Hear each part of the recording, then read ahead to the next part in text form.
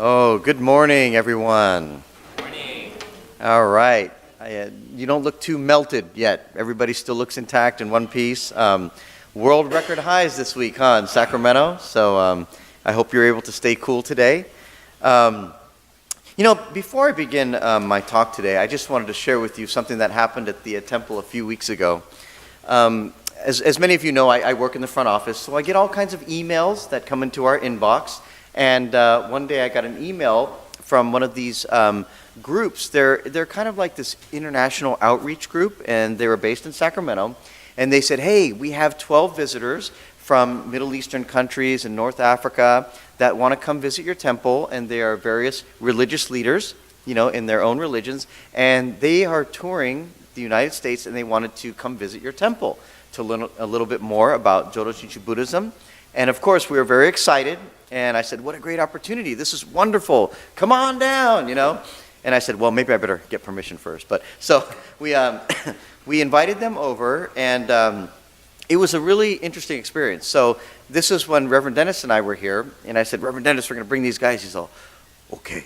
He's very man of few words. And he asked me to do the introduction. And so I would be I'm the cheerleader rally guy, of course, right? So I'm like, hey, how you guys doing? Thanks for coming. It's going to be great. So I was the intro guy, and then Reverend Dennis comes in and answers the tougher questions. So we had these 12 visitors, and literally it was just like you would imagine. We're setting up in the classrooms, and they actually brought like translation earpiece equipment with them. So they had translators that came with them, and everybody's all, let me get ready. And they're putting in their earbuds, and you're like, good morning, and they're like, predominantly Arabic they're speaking, right? So we're like, hello everybody, marhaban, and they're translating as you're speaking. So it was kind of a really interesting experience. And you're in this situation with all these foreign representatives, so you want to make sure you represent not only Sacramento, but our entire country, right? You want to represent us well. So they were doing all this stuff, and then as we were getting ready to go, one of the delegates said, Hajime. Does anybody take Japanese here? Anybody? What does hajime mean? Start. Excellent. Hajime means let's begin, right? Like hajime, let's start. So clearly I was like, whoa, that's pretty awesome, man. I go, that's great. How'd you learn that? And he goes, I was so impressed with his Japanese. And he looks at me, and he has a big smile on his face, right? And he goes, I know my enemy. I know, right?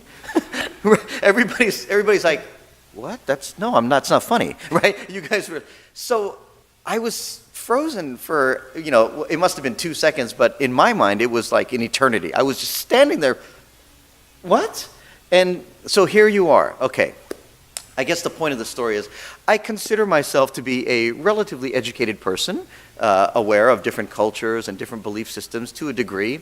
Yet, in that moment, as I sat here looking at all of these representatives of these foreign religions, and I heard the words clear as day, I said, wow, where did you learn to speak Japanese? That's excellent. And he responded, because I know my enemy. And again, all of your fears, unwarranted though they may be, your prejudices, what you think you know, they all start to flood into your mind, right? The doubt flows into your mind. Oh my gosh, this guy said I know my enemy. Am I his enemy? Are Japanese people his enemy? Are short people his enemy? Who's your enemy? Are Buddhists your enemy? I didn't know what was going on. And then the other guy down the road said, yeah, I know my enemy too. And I was like, what is happening? What is happening? And so I collected myself. Well, I hopefully I look good on the outside. And I just do this. They always taught me when you don't know the answer to a question, just go, and then it looks very thoughtful. Okay, so I was doing that for a minute, and then I realized in this moment of enlightenment that what he said was, I know my anime. Anime, do you guys know what anime is? It's Japanese animation. So there's a cult following. It's manga, right? The Japanese comics, and they are often dubbed in English, but they'll say words like hajime, and maybe it'll be dubbed in English at the bottom. He said, I know my anime. So anyway, I guess the point of that story was, it's so interesting that no matter how educated we think we are, no matter how worldly we think we are, when those moments of doubt are able to creep into your mind, all that stuff goes out the window and you go back to your instincts, your human initial instincts. And those instincts may be a part of how you were raised, what environment you grew up in. But it's so interesting because those instincts are so strong and embedded within you, aren't they? And you realize that part of being a Jodo Shinshu Buddhist is we always have to open our minds and we got to use this. This is important. This is what drives you. This is what inspires you. But you got to remember to use this because this can tend to be overwhelming sometimes and control you.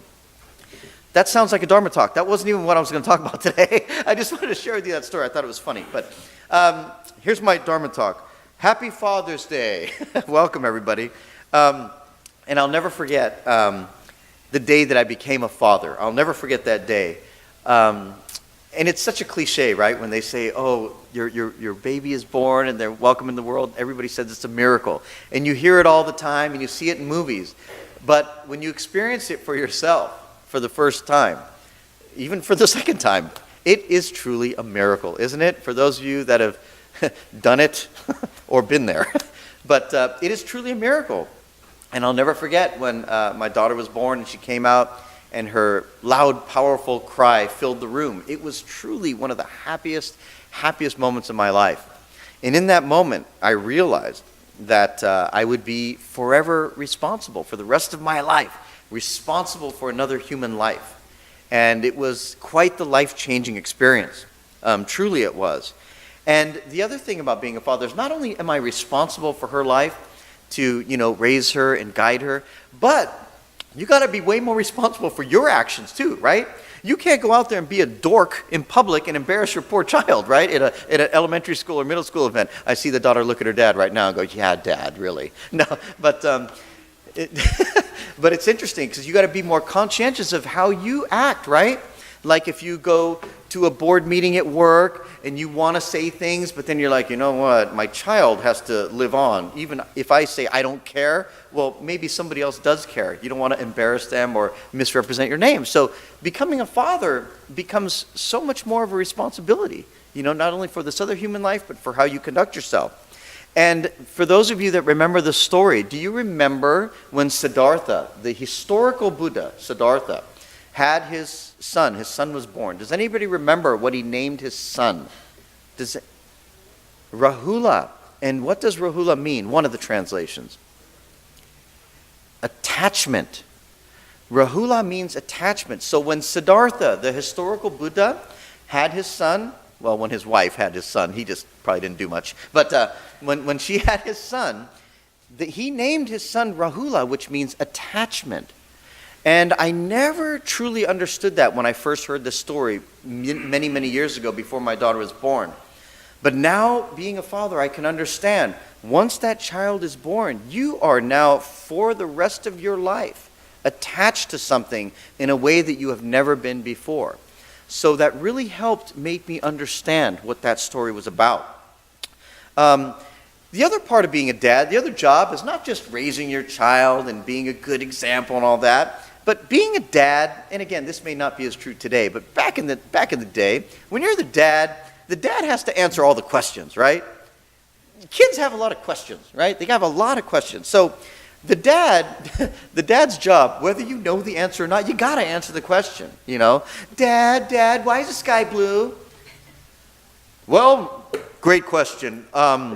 Blue, and you start making up stuff if you don't know the answer. And your poor children go through life thinking that those are facts. Nobody tells you that it's a reflection off the ocean, right? Isn't that what it is? See, you don't know. But you got to make it up, Stuart. See, whether you know the answer or not, you got to make up the answer. Do we have any little kids? Okay, I won't talk about the other stuff. But those other questions, right? About what's this, what's that? Dad, where do babies come from? Then you do the, good question. You go back to that. But you have to answer questions as a dad. And dads also have to know how to do stuff, right? They got to know, Dad, can you fix the faucet in my room? It's leaking. Dad, my light doesn't work, right? And you got to, whether you know or not, oh, of course I could do this. Oh, what this needs here is a little electrical tape, duct tape is a big part of a dad's life, right? You duct tape a lot of things together.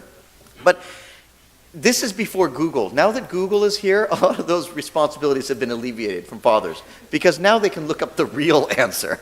So they test you now and they ask you, why is the sky blue, Dad? Well, I think it's because it's a combination of electromagnetic particles. And they're like, no, Dad, it's because it reflects off the ocean.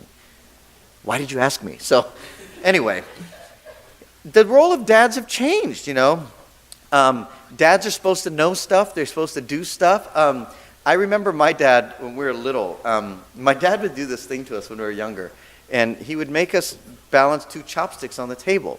He would put one chopstick this way, and he would put another one on top of it, like a cross, and he would balance it. And he would say to me, rub your finger on your shirt really, really fast so you can generate static electricity, right? And I'm like, oh my God, this is so cool. This is so cool. And then he goes, now point it at the end of the chopstick. And as I did it, got closer to it, the chopstick would move. Right, it would move away, right? I must have done this for at least 5 years. I wasn't that bright of a child. What I didn't realize is he would just blow air through his nose. He would stand here and he'd go, he would blow air through as I did it. So he would be like, static electricity, and he would do that. So we fell for this for years. So again, dads, when you give the wrong information to your children, you got to really take this with a great deal of responsibility, because we will believe whatever you teach us for the rest of our lives, or in my case, 5 years. But it's just an example of how enamored we are, right, with our fathers, with our parents, mothers, of course, grandparents. But as a child growing up, you're so influenced by this person in your life, and they teach you the realities of life, how things are. They're your gateway to everything that you will know. So again, it's such a huge responsibility, and it's a wonderful, wonderful responsibility. And there's nothing that I enjoyed more. The other thing was, our family too. The other part of being a dad is when things are tough, it falls on, and this is not always true. It's a Father's Day talk, so I'm going to focus on dads. So when things fall tough too, the dad has to lead the family and make those tough decisions. Again, I remember when we were younger. Who's young enough to remember Gemco? Yeah, Gemco. Look at these young guys. What? It's the Target. Okay, so Target Corporation bought out Gemco. It used to be right there where the Target is. My dad used to have his little watch repair shop inside of Gemco. He was an independent contractor, and he did watch repair inside of Gemco. And he did it he was there for 30 some odd years, or whatever it was. So when Gemco sold to Target, Target no longer had a watch repair division. So we lived right here down the street. He worked right there. We came to Temple. This was our whole world. And I remember I was about my daughter's age now, about 12. They sold, and my dad no longer had a job. After 32 years of doing this one craft, very specialized, you don't walk down to the watch store and say, hey, can I be a new watch repair guy, right? There's not a lot of opportunities. So I remember as a father for him, he made the decision to open up his shop a couple blocks down. They rented space. He took all of his gear, and he just went for it because he had no choice.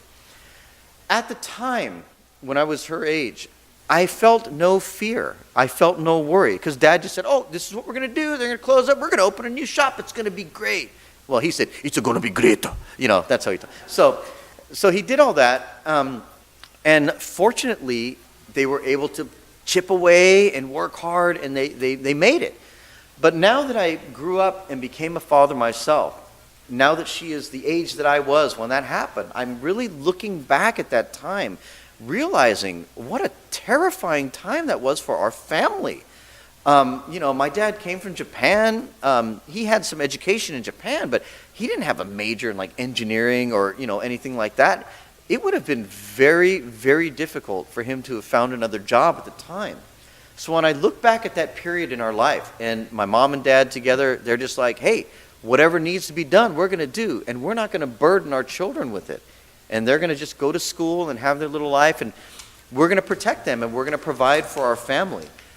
Looking back now, I finally realized what an incredibly challenging time that was for them. And it's in learning those things as you get older, looking back. You never realize when you're young, even if you get older, you're appreciative of your father. You totally are. You know it. But until you complete that full cycle, you never fully realize the sacrifice that your parents make for you. And it's not just the physical sacrifice, but it's a sacrifice of not letting you worry, of not burdening you with worry. growing up as a child. Many people in this world are not so fortunate, huh? There are probably 1 billion people in this world that don't have access to clean drinking water, right? So we are so fortunate and we are so lucky.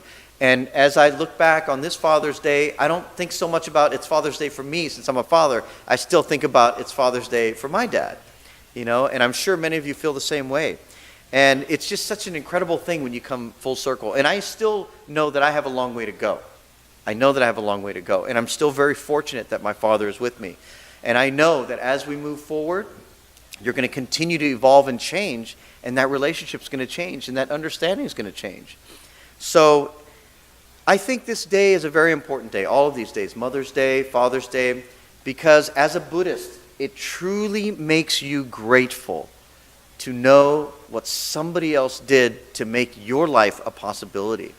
You know you're grateful for your dad. They do all this stuff for you, and you know that. But to truly understand how grateful we should feel for the sacrifices they made, that's a hard thing to do. And if we can just take one short day out of the year to do that, I think it's a really wonderful thing. And as Jodo Shinshu Buddhists, we have to take this one step further. And after Father's Day is over, we still have to keep this gratitude with us, not just for our fathers, not just for our mothers, but for our friends, for our teachers, for our coworkers, for our leaders. We have to continue this gratitude and this feeling of Father's Day and Mother's Day. We have to continue that for everybody in our lives. And it's going to make us appreciate things a lot more and make us really realize what it takes for us to be here. So with that, we're going to let you guys go this morning and get your Father's Day preparations together and started. And thank you very much for coming out this morning, not only because it's summer, but because it's 1,000 degrees outside. So we thank you for coming this morning. And with that, will you please join me in closing Gassho? Becoming a father is one of the greatest moments in my life. The day I became a father, it gave my life new meaning. And as the years went by, it gave me more understanding of my own father. And as even more years continue to pass, it will reveal to me what it means to live a life for someone else. Because at the end of our life, there will be nothing except the lives of those we touched along the way. Namo Amida Butsu. Namo Amida Butsu. Namo Amida Butsu. Namo Amida Butsu. Namo Amida Butsu.